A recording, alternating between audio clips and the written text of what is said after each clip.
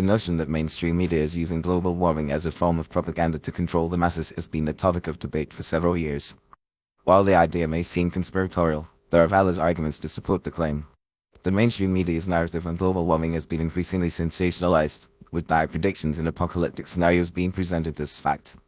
This has led to a growing sense of fear and anxiety among the general public, which in turn can be exploited to shape public opinion and influence behavior. One of the primary reasons why mainstream media may want to control the narrative on global warming is to further the interests of powerful corporations and governments. The transition to a low-carbon economy, which is often touted as the solution to global warming, requires significant investment in renewable energy sources, green technologies, and sustainable infrastructure. This creates a lucrative market for companies involved in these sectors, and the media's sensationalized coverage of global warming can be seen as a way to create demand for these products and services.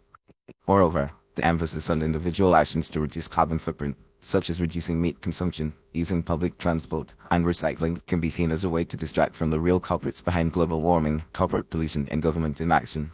By shifting the focus to individual behavior, the media can create a narrative that blames the consumer for the problem rather than the corporations and governments that are responsible for the majority of greenhouse gas emissions.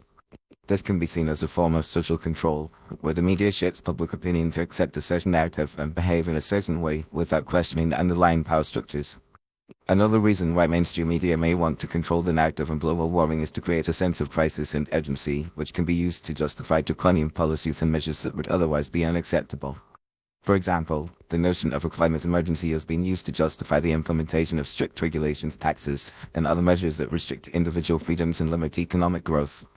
The media's sensationalized coverage of global warming can be seen as a way to create a sense of panic and fear, which can be exploited to push through policies that would not be supported by the public in more normal times. Furthermore, the mainstream media's control of the global warming narrative can also be seen as a way to suppress dissenting voices and alternative perspectives. Scientists and experts who question the consensus on global warming or who propose alternative solutions to the problem are often marginalized, ridiculed, or ignored by the media. This can be seen as a form of censorship, where the media uses its power to shape public opinion and suppress dissenting voices. The consequence of this is that the public is presented with a narrow and limited range of perspectives on the issue, which can be seen as a form of propaganda.